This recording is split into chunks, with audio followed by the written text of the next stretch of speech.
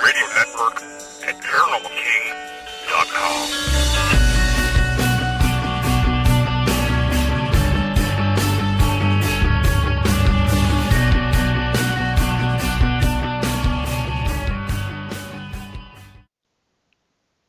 Welcome to the Paranormal News Insider for the week of April 23rd, 2019, and this is episode number 391, and this is your host, Dr. Brian D. Parsons, and we are live on the Paranormal King radio network at paranormalking.com, and we're back after a week off, our little spring break here, and didn't go anywhere. Didn't go to the beach or anything like that, or South Padre Island. No. Not that kind of spring break. Just a spring break just to kind of recoup, relax, and get ready pretty much for the kickoff to summer coming up in a couple of weeks.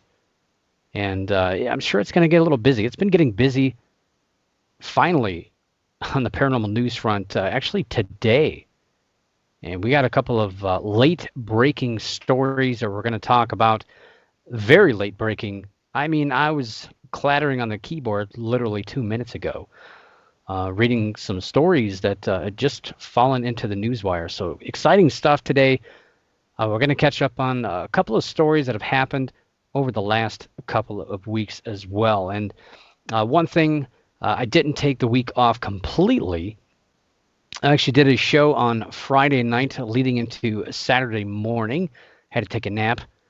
And kind of got me in trouble. But I want to thank Dave Scott for having me on his show, Spaced Out Radio, last weekend. It was a great time. It was, 2.5 hours, but it was a fun conversation, and we covered a lot of ground in that amount of time. He's a great host, and I had a lot of fun. It was really just relaxing and just having a conversation, more or less, which is my favorite kind of interview to do. And I enjoy being on that other side of the mic every now and again as well. And I hope everybody out there enjoyed their weekend and their week, and especially the Easter weekend over the weekend. And hope you had plenty of time to spend with your families as well. And one thing I was reading yesterday and a little bit today as well was the Easter also marked the 42nd anniversary of the Dover demon sighting in Dover, Massachusetts.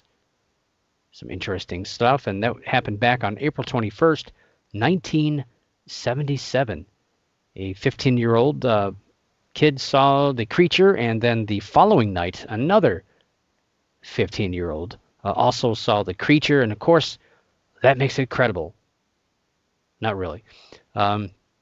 And of course, after appearing in local newspapers, the creature became an international story. And I was a little kid in 1977. I wish I was a little bit older to remember all of these great stories, all these big events. The 1970s was a huge decade, especially for cryptozoology. And really it was been a big year for UFOs as well. But I think cryptozoology ruled that decade even more than disco. Ouch. This week's news, like I mentioned, we got a couple of late-breaking stories. We're going to talk a little bit about the Loch Ness Monster, a couple of stories on that. We'll also talk Newsweek, giving credibility to UFO sightings. And there's another story that kind of goes with that. Really interesting stuff. We'll also talk some more UFO stuff, March Mutual UFO Network sighting statistics. We're going to also talk some sad news that happened late last week, Thursday night. Yes, the ghost investigation arena loses another inspiration. And sad story there. I'm sure everyone's aware of that. We'll talk a little bit about that. We also, Friday night, we were talking about that on Spaced Out Radios. It was kind of a sad moment, and I really wasn't attached to this particular person, but it's still an interesting story, and kind of the way things are going in the paranormal. I don't know, it's just kind of weird, but anyway, one big piece, kind of a little bit of announcement here for this show. I really haven't done a whole lot of new things here for the show lately, and we talked a few weeks ago about Google Plus. Can we call it Google Minus now? Google Plus social media platform officially shut down, closed its doors for good. Well, at least for most of us. And I pondered if I was going to use another social media model outside of Facebook, which I do have Facebook /Paranews Insider, as well as Twitter at Paranews Insider, especially since I didn't really use Google Plus. Plus, I knew it was going away. They had told us many, many months ago that it was gone. It was just a matter of time. And pretty much the day it went under, I couldn't even get in there. Now all the links are gone off everywhere to get in there. So yeah, it's officially dead. They're kind of using it for some business platforms. But yeah, all the personal, private ones are gone. All of our content is slowly being erased, but I can't even get in there. And Twitter, it's, I don't know, Facebook and Twitter, they both have their own strengths and weaknesses, and they seem like they have a different kind of crowd for each one. I'd say overall the majority of people are on Facebook, but Twitter seems to get the punch across to people that you're really focusing on, but not as large of an audience. I don't know, it's just me. So that's why I use both. And again, I mentioned Facebook /Paranews Insider, and Twitter is at Paranews Insider. And like I mentioned, I didn't use Google Plus that much. I kind of gave up on it. Nobody ever really responded or liked anything that I put on there anyway, so I just really figured it was dying. And yeah, I mean, there's comments I'm reading here in the chat room here that there's a lot more hate on Twitter. I think the reason for that is, I don't know. I mean, they're both Facebook and Twitter are instant responses, but it's almost like you're having a conversation with Twitter, so people get a little bit more fired up, I think, about things. Whereas, I mean, realistically, it's the same kind of comment thing, but it's the same kind of stuff I remember seeing on message boards many, many years ago. People are a lot braver behind a keyboard than they are in real life, and don't really talk to total strangers that way. But seemingly behind a keyboard, you think you know somebody based on a couple of words. So I don't know.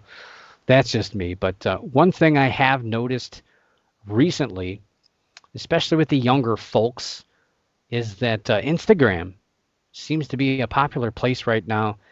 And I've had a personal page on there, and talked to a lot of people through that personal page, and my personal page just kind of became a little bit too me. So I didn't really want to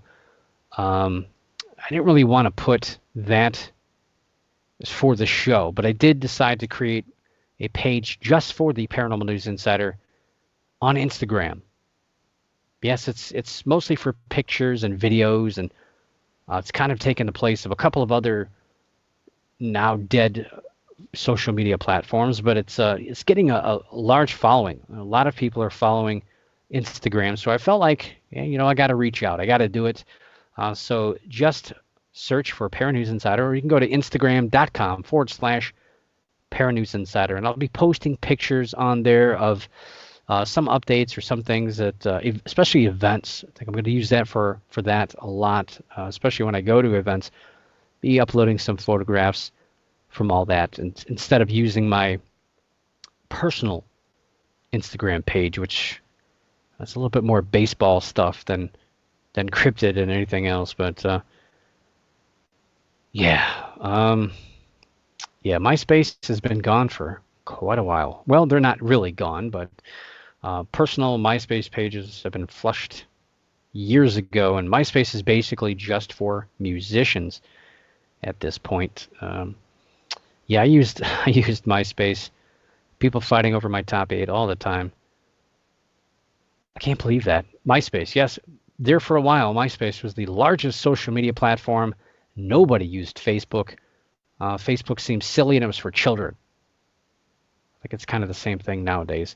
Anyway, I spent a little time updating my events listing on the ParanewsInsider.com website. So I added a few, and trying to keep up with the calendar. But again, if you see anything on there that you know, and I know you know, there's some stuff going on in your neck of the woods that you want to see on that list or you want to hear about here on the show, let me know. Insider at Paranews Insider. If you still do email, is that old fashioned? I don't know. I'm getting old. I don't know what these kids do these days. They do use email or any of this other stuff. Heck, we used passenger pigeons back in my day. No, we didn't. But yeah, Insider at paranewsinsider.com. You go to the website, paranewsinsider.com. There's also a contact form right there. Again, you can get a hold of me through various things of social media to let me know about your event. And what I want to talk about really quick here is the Summer Haunt Fest 2019 taking place on June 21st in Cayuga, Indiana, at the Willows Weep House. That looks like a really good time. John Zaffis, David Weatherly, David Spinks, and a lot of other speakers are going to be there as well. You can check that out on Facebook. So search for the Summer Haunt Fest 2019. And let's see, I do have that link. I can throw that in the chat room, maybe. We'll see. Hopefully it doesn't land on anyone. And yeah, do definitely check this out. Now, Cayuga is in, let's see, it's on the western edge of Indiana, kind of central Indiana, so it's close to Illinois. So if you're in that area, yeah, you can find that event. So that's in the chat room there. So if you're in the chat room, yeah, you get a sneak peek at some of the links of some of these stories that I'll be talking about, and not always the most popular link that you're going to find out there on the internet if you Google it. And also some pictures that I'll share during this show as well through that. For me, gosh, this is coming up really quick. Gosh, 2 weeks away. I better finish my presentation. May 3rd through the 4th, I will be appearing at the Haunted Heights Paracon 2019 in Houghton Lake, Michigan. And my topic is going to be on UFOs and UFO research and investigation methods. I'll be the only speaker on UFOs. So majority of people there are on the ghost topics. There is one cryptozoologist. That's why I volunteered to talk about UFOs. So I kind of look at my stuff, like UFO research, in the eyes of the ghost investigator a little bit to kind of compare and contrast how things are similar or different. It's going to be an interesting take. And at the end of that month, I will be appearing at the PA Bigfoot Camping Adventure, which takes place May 31st through June 2nd at the Benner's Meadow Run Campground in Farmington, Pennsylvania. And if you don't have your tickets, you better hurry. There's not that many left. Tickets, once sold out, that's it. You will not be able to get in at the door at the campground. Forget it. It's done. It's going to be a packed house. I can't wait for this. This is going to be a lot of fun. I mean, just getting to hang out with the 12 and a half speakers, or I should say the other 11 and a half speakers, is going to be a lot of fun for me. These are some people, some of them I haven't seen in a while, some I've seen a few times in the last couple of years since this event took place, but a lot of old friends, and I do consider them friends and colleagues as well. Ron Murphy, Steve Coles, Dave Drageson, Rick Fisher, Stan Gordon, Jay Bachochin is going to be there with his son Blake, debuting his new movie, Finding Jay.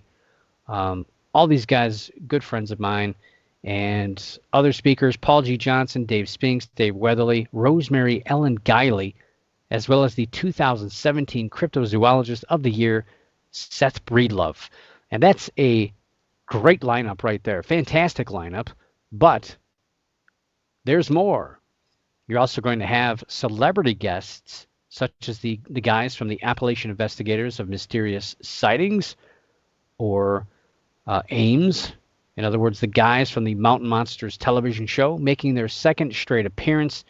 You're also going to have Bill Brock, host of the television show Monsters Underground. Ken Gerhard will be there. Dr. Jeff Meldrum, Cliff Barrickman of Finding Bigfoot, Stacy Brown Jr., And gosh, I think that might be it. There might be more. I don't know. It's crazy how many people are going to be here. It's just insane, and it will be the adventure of a lifetime. And I don't know. It's definitely, like I've said in years past, it's going to be intense in more ways than one. It's very intense, and we're going to be intense. So it's interesting. The campground is actually right at the end of at the street when you go up in toward the campground. It's Fort Necessity Battlefield is right across the street.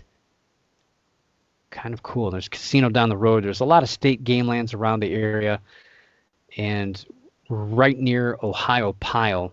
And if you've ever heard of Falling Water,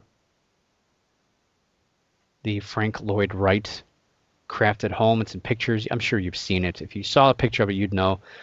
That is pretty close to the area that we're going to be in as well. Lots of state game lands all over the place.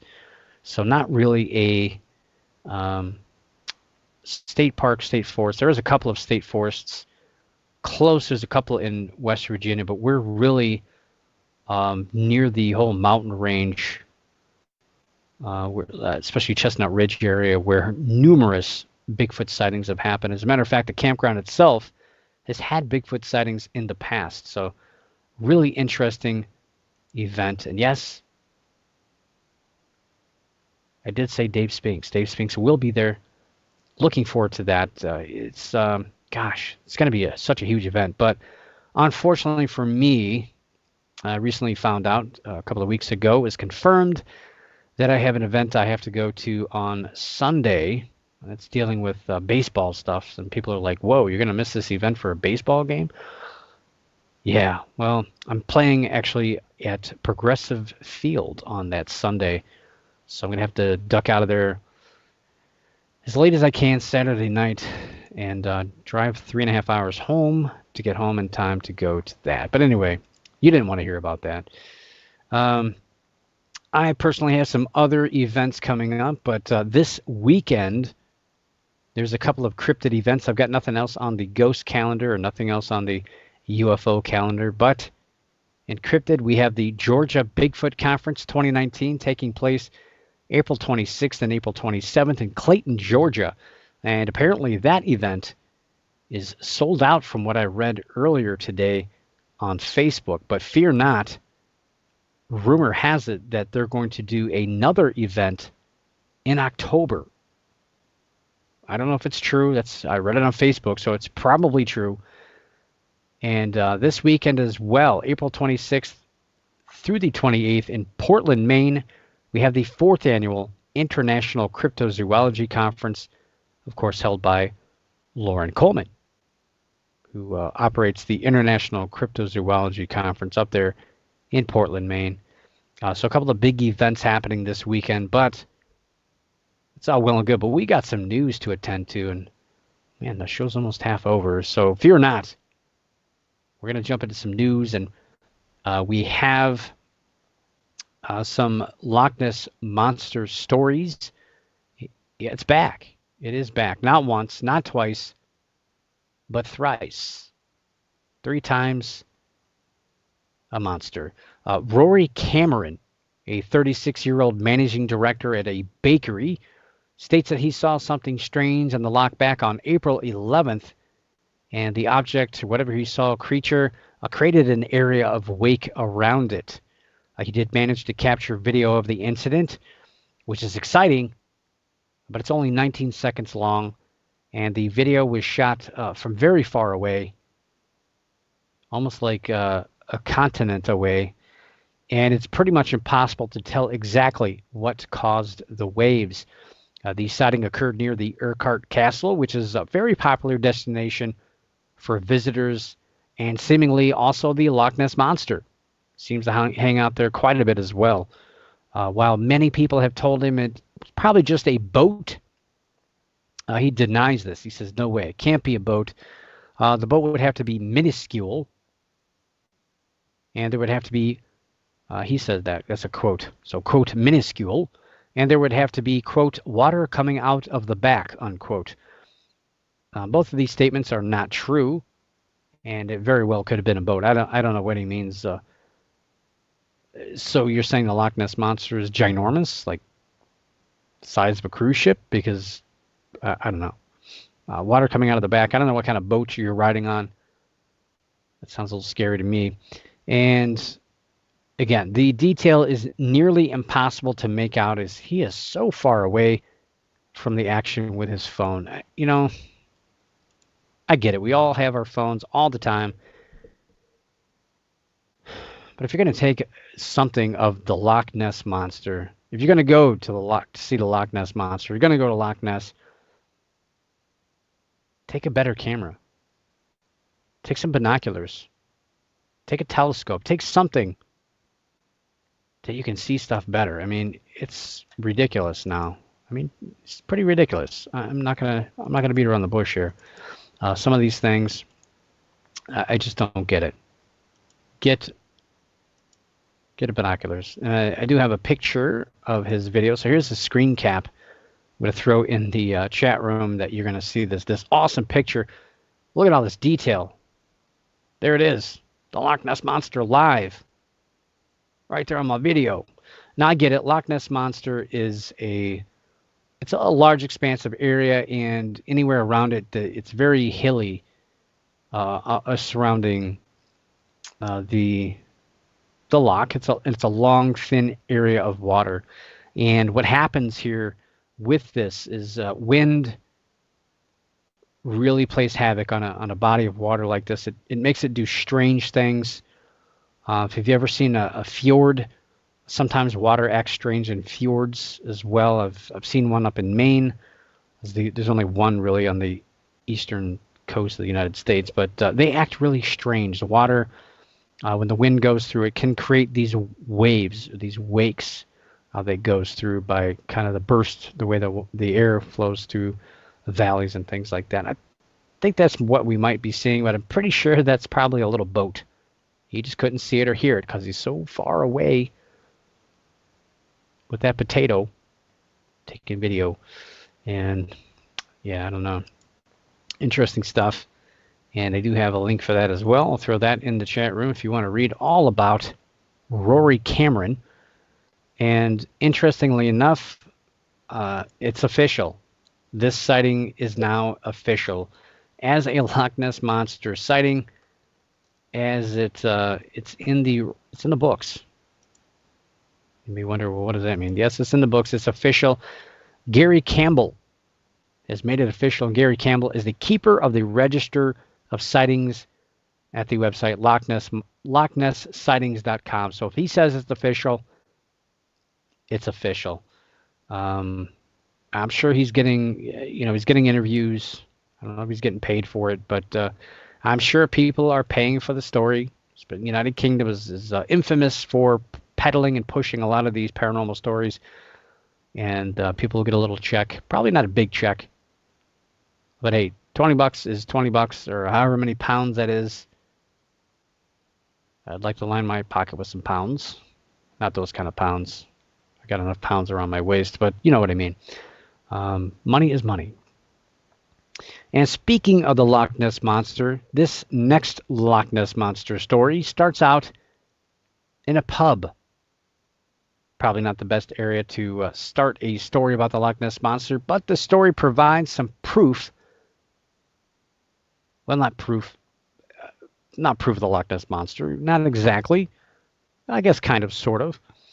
Proof how strong social media can be in solving mysteries is really the big proof here. So on Thursday, April 18th, Jackie Shepherd and her husband were sitting in the Little Harp pub staring off into the Bristol Channel when Jackie suddenly spotted what she felt was the Loch Ness Monster swimming in the loch. That was actually coming toward them. Well, not actually in the loch. It was in the Bristol Channel. And the Bristol Channel, this is it's a large expanse of water. It's kind of in the Atlantic Ocean near the Celtic Sea. And if you're looking at a map of England, it kind of cuts into that southern part of England, the southwest part. It's kind of like an inlet area. And Really and truly, it's about 550 miles south of Loch Ness. So maybe the Loch Ness Monster drove down there. Maybe he was on vacation. He took spring break and went down to a little warmer water. Maybe. I don't know. Um, but not only did Jackie see this creature, her husband as well spotted this thing in the water, and also the table next to them did as well. So again, this happened in the Little Harp Pub, which is located in Clevedon, not Cleveland, Clevedon, England, which is again about 550 miles. It's about a 550-mile drive to south of Loch Ness from this area. So not that the Loch Ness Monster can drive. At least that's what we're led to think anyway. The Bristol Channel, again, is a large area of water that cuts into the southwest part of England. If you're looking at a map, it looks like it's this little triangle of water that goes in there. So Jackie spots this creature, and it seems to be moving toward the docks. Why she didn't get a picture of it with her potato phone is that the light was fading as it was near dusk, so she was unable to get a photo of what she saw. Okay, that's good. I'm glad she realized this limitation and didn't try it and try to get her story published. Well, she got her story published anyway without a picture. That's pretty impressive. Apparently, it wasn't a huge deal until the weekend when she sought help in finding the couple that sat next to her and her husband, as well as for anyone else in the Clevedon area that might have seen the creature by reaching out to where else? Facebook. And she reached the Hello Clevedon Facebook page where she shared her experience. And some of the responses were not really family friendly.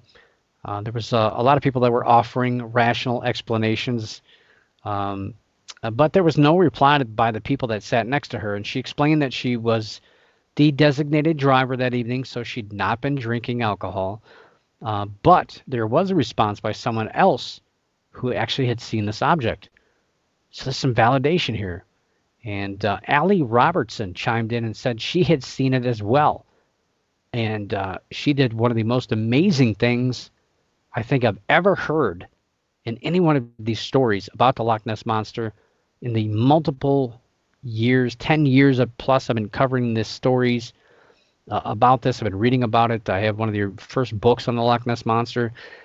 The most amazing thing that's ever happened, I just mentioned it a few years ago, or a few minutes ago. She went to get a pair of binoculars to see the object a little closer. And this is what happens when you do these things. This is what Allie Robertson said. She said, quote, "It was a large piece of wood. We saw it go up and down the estuary with the tide. It was large enough for some gulls to take up residence.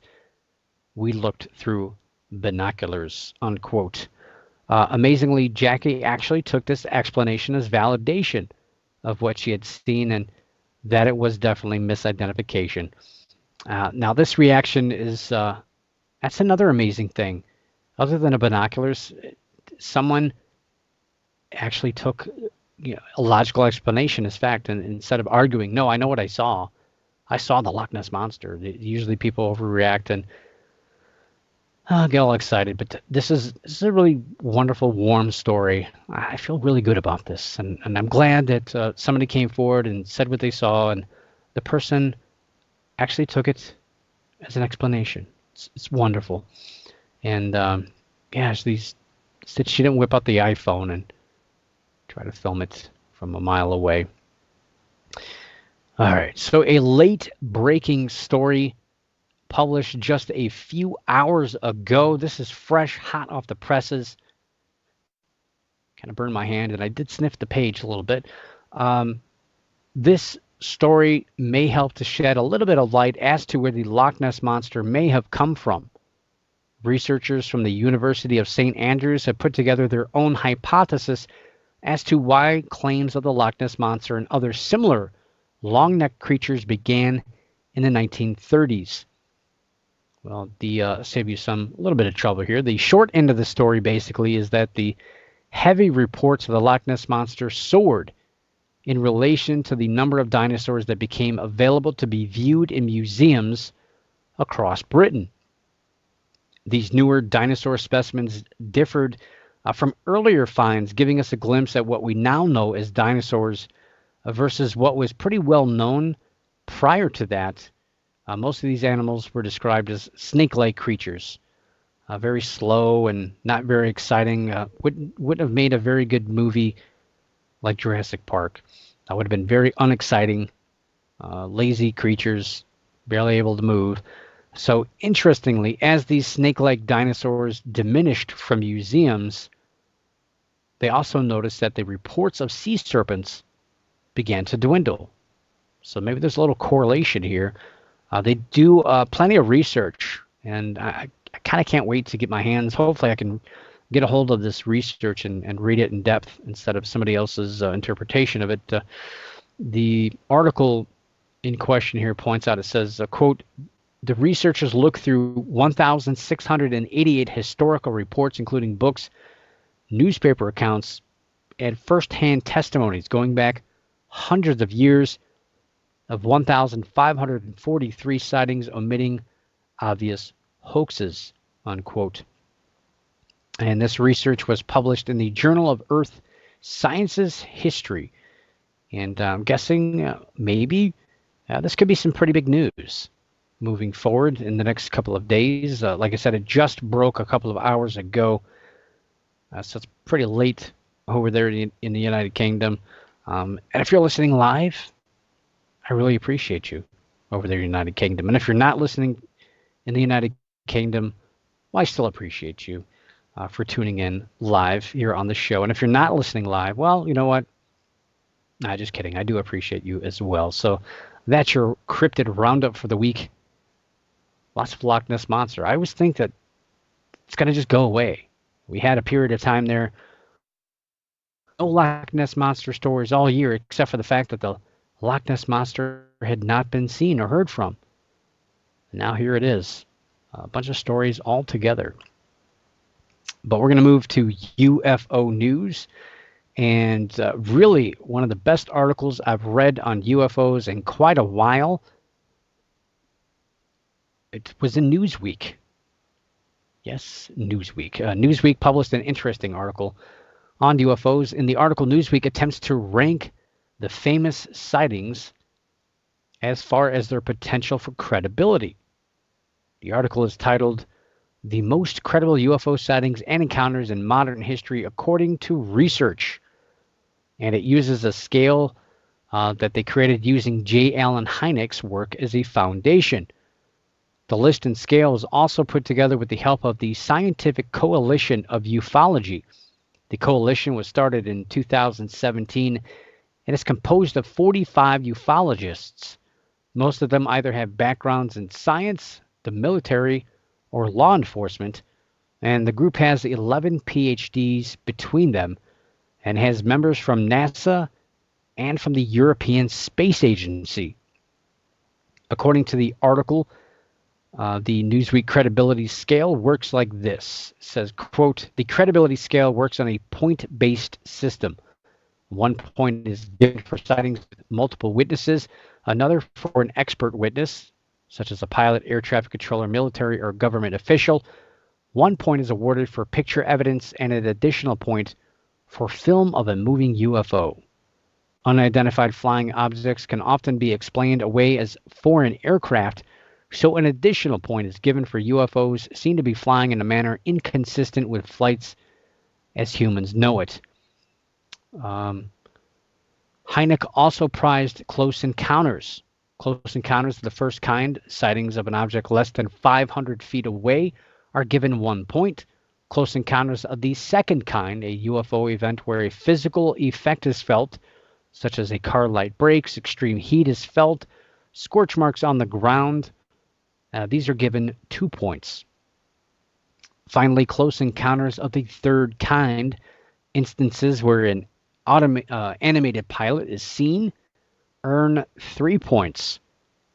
A system for removing points has also been incorporated to account for cases where military or government bodies have discredited the sightings. 3 points are removed in these cases, as the baseline for credibility in the scale begins at 3. So keep that in mind. It starts at 3, and that's an unquote there. The first case they examine is the Roswell case. The July 1947 crash is probably the most famous one in the United States, if not the world.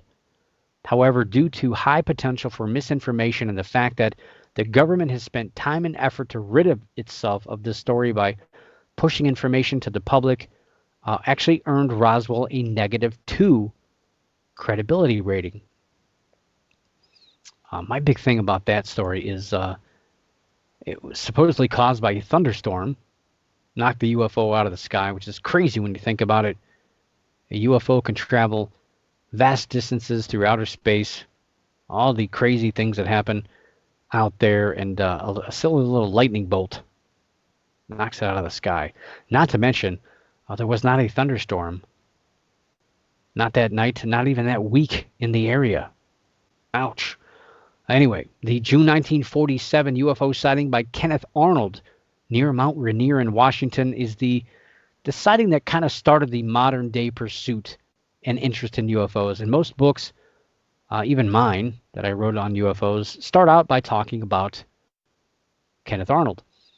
Despite Arnold's claims and detail of the sighting, an Air Force investigation threw the sighting out, and it actually lands with a 0 credibility rating in the article. What about the July 1952 Washington, D.C. UFO flap? Includes 2 incidents where UFOs were seen on radar as well as visually, and jets were scrambled to intercept. You probably saw that on that TV show recently, right?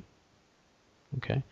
The incident was eventually explained away as temperature inversion, which tricked the radar operators, but still landed in this article with a credibility rating of 3. And the April 2013 video of a UFO over the Rafael Hernandez Airport runway in Aguadilla, Puerto Rico, scored the highest on the list with a credibility rating of 6. The incident was captured by a U.S. Customs and Border U.S. Border Protection aircraft.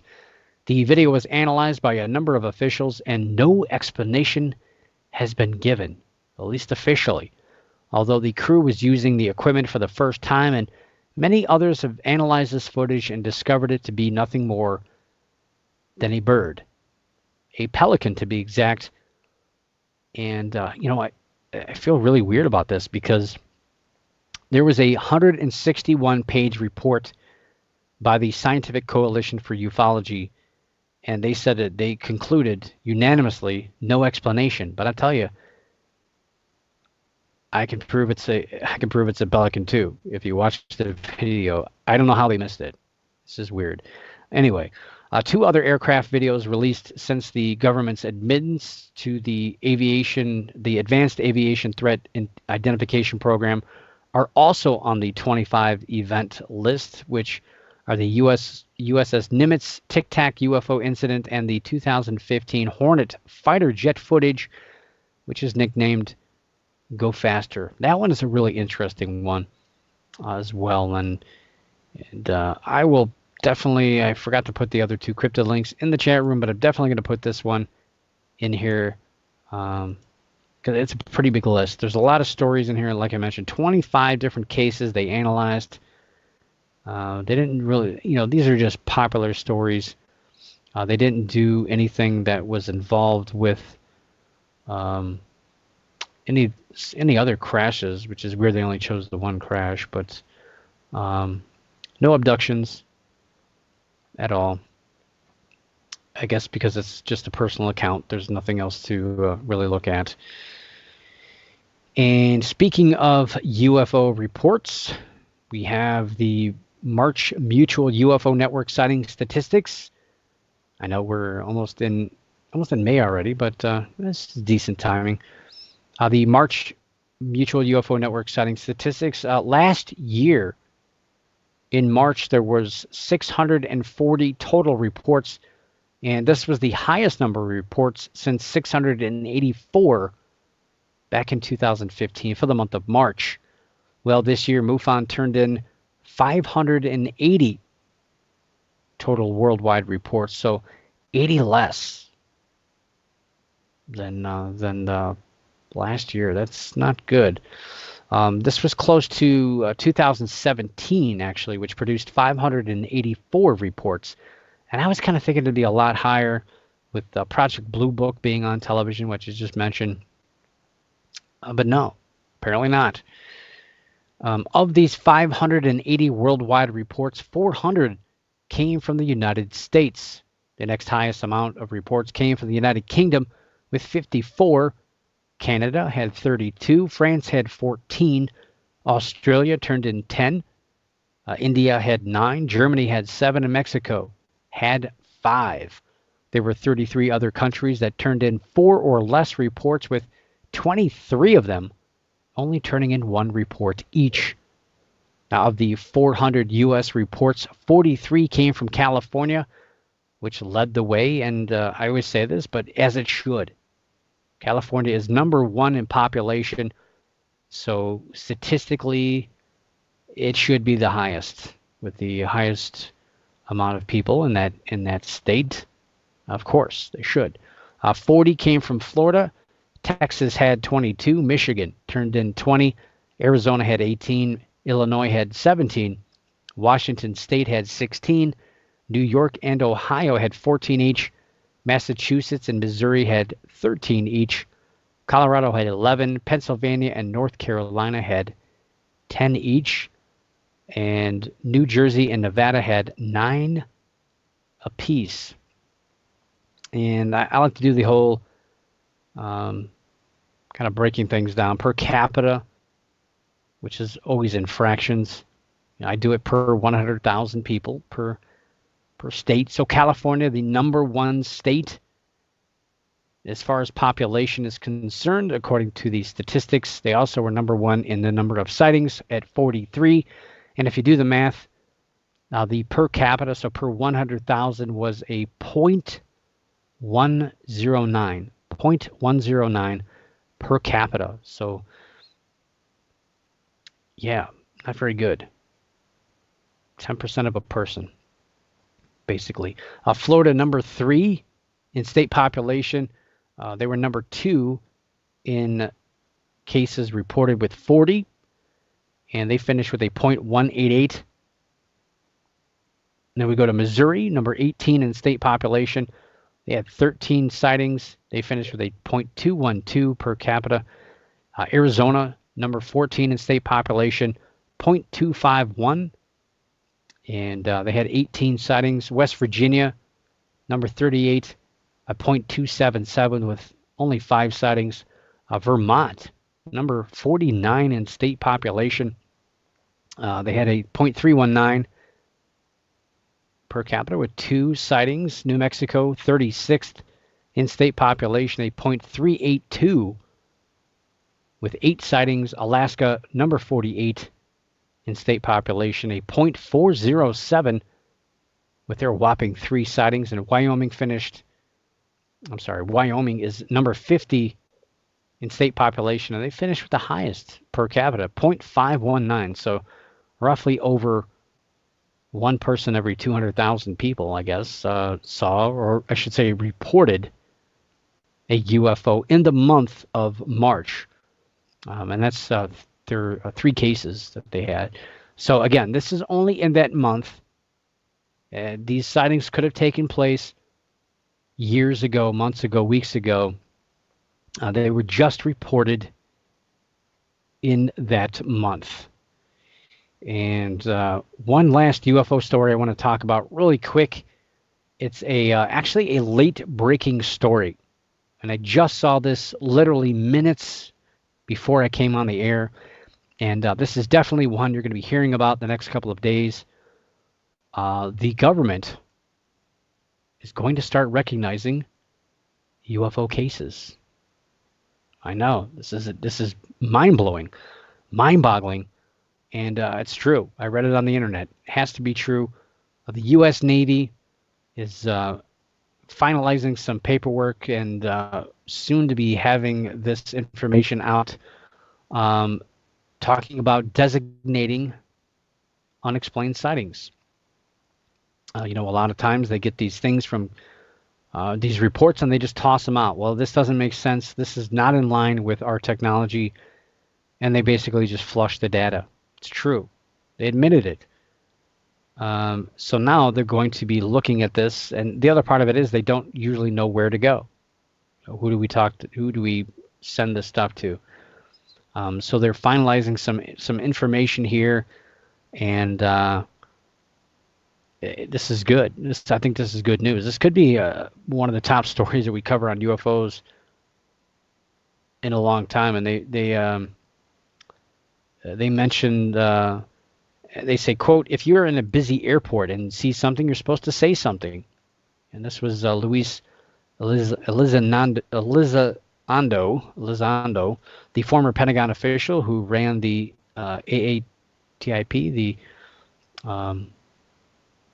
He says also, with our own military members, it's kind of like the opposite. If you do see something, don't say something.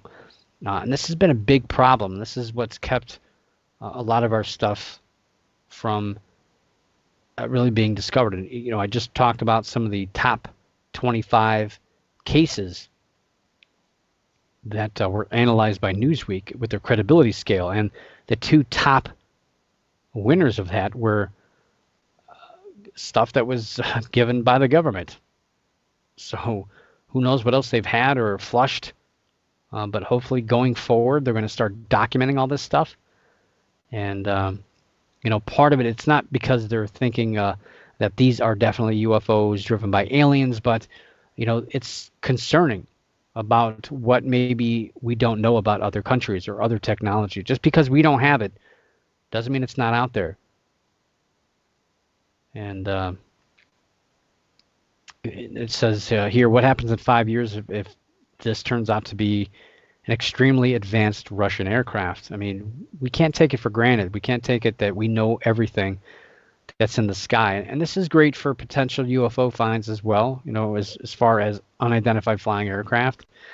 But this is late breaking information, so I really haven't digested it. I quickly read through it right before the show, but it's really interesting that they're going to be they've been doing some studies. They spent some money looking at all this stuff, and they've decided to kind of come up with some new designations to some of this tech that they see out there in the skies. So this is good stuff here. So looking forward to kind of dissecting that, seeing what happens really when this splashes in the news pretty soon. I think it's going to be a big story, and we'll see how far this carries through the media. Ghost news. I want to talk about this. Obviously, this is a big story, probably the biggest ghost story we've had in a long time. And last year, this is kind of one of my first thoughts when I heard the story kind of breaking on Friday afternoon of last week. I remember back on Friday, April 13th of last year, we lost the great radio personality Art Bell. It was a big day, very sad news for a lot of people, and it just sent shockwaves throughout not just the paranormal community, but the entertainment industry, the radio industry. It was just amazing how far wide Art Bell reached, and it was a pretty big story last year. But sad news again this week. Just weird. I just was thinking about Art because it was, a year ago, and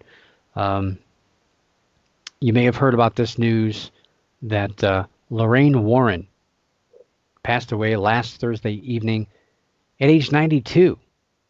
So a lot of people were actually happy for her. I mean, yeah, 92, that's quite the accomplishment. And yeah, it wasn't ghosts that did her in. So yeah, you can do this. You can battle demons and ghosts and live to a ripe old age. So let that be a lesson to you. A few family members let the information out slowly through social media, and numerous news stations began carrying the story by Friday afternoon. And if you don't know who Lorraine Warren is, well, her and her late husband, Ed, led a number of high-profile paranormal investigations, such as the story of the Lutz family, which became known as, well, in print, in books, and eventually movies, as the Amityville Horror. And they were not that kind of horror. Horror. Get your mind out of the gutter. They were also investigators behind the cases that inspired the Conjuring movies, which are of late. And Ed and Lorraine, well, they claim to have investigated over 10,000 cases in their career together. That's quite a few, and that's like 5 a day. That's a lot.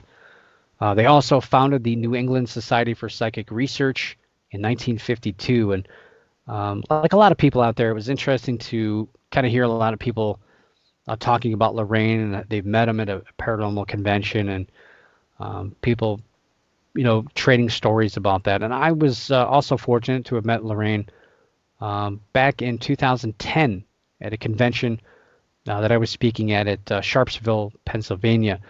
She was a very nice person, and it truly was an honor to meet her. I may not agree with a lot of stuff that she's done or said, or the cases involved, but she still was a very nice person. And I don't know. There's really not a whole lot for me to say about my meeting her, but I was also fortunate. I do want to mention that good friends. I still consider myself good friends. I haven't talked to him in a while.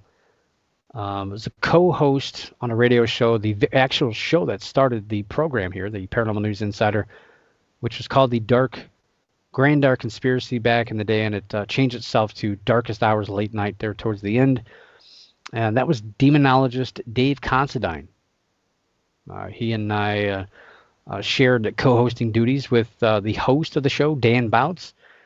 And Dave and I, we're opposite ends of the spectrum here. He is, demonologist. He was actually personally trained by Ed and Lorraine.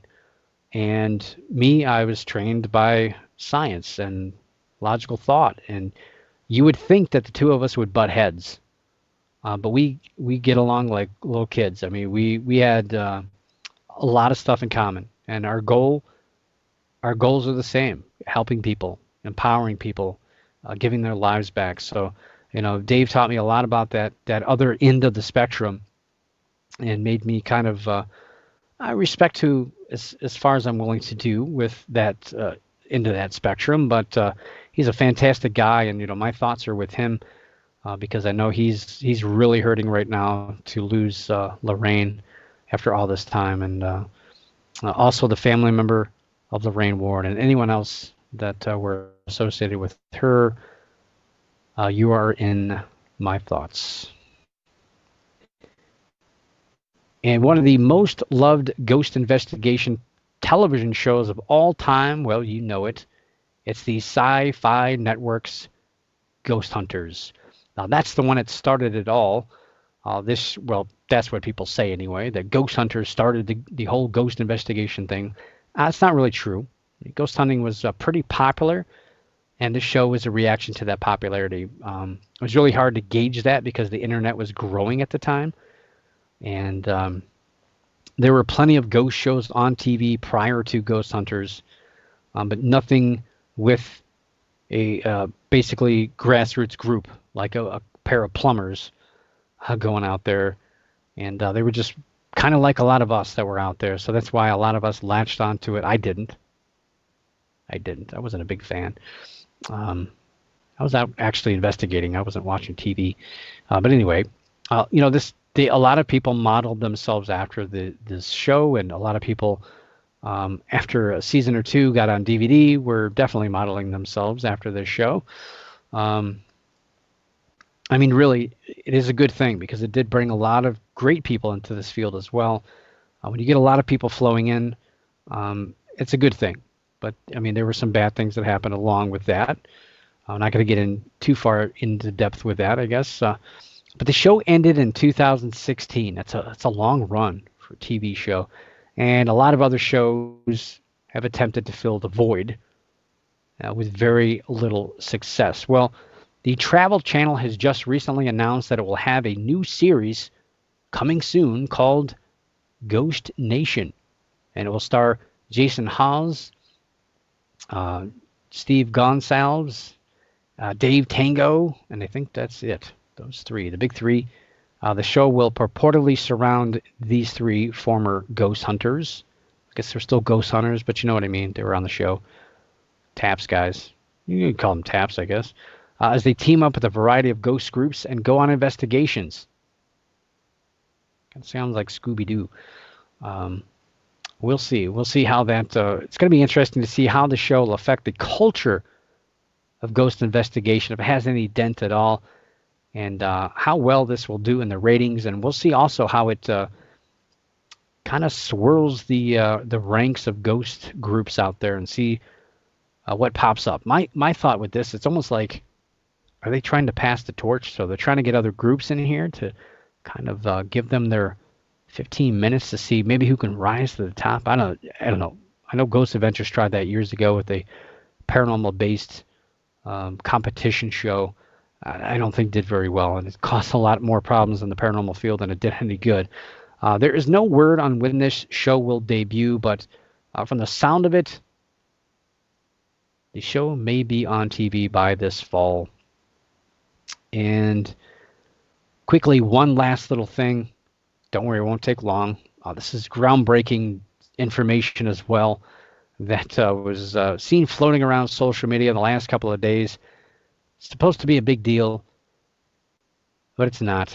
Apparently, the word cryptid was finally added to Webster's dictionary. This is a big deal. Everyone's all talking about this. This is great. And cryptid, along with 640 other buzzwords. I guess cryptid's a buzzword. I don't know. That was a classification designation. Anyway, including snowflake, bug out bag, and even unplug. Unplug as it pertains to getting away from social media, apparently. So yay, cryptid, finally in the Webster's dictionary. But cryptid was actually in the Oxford Dictionary in 2016. At the latest. Could have been in there before. Yikes. But at least they got it right. Cryptid was coined in 1983 by cryptozoologist J.E. Wall in the summer issue of the International Society of Cryptozoology newsletter. So at least they got the coined year right. But yeah, it was around a lot longer than that. Anyway, hopefully I'll be around a little longer. But we will be back next week. We're not taking another week off. Don't worry. We'll be back. Seems like I've taken a lot of time off lately, but it's worth it for the mind. Sometimes the voice, a little bit. But anyway, I will see you next week. But for now, keep your eyes in the skies, your ears in the woods, the hair standing on the back of your neck, and always keep your mind slightly ajar. And above all else, don't stop believing. For the Paranormal News Insider, this is Dr. Brian D. Parsons reporting.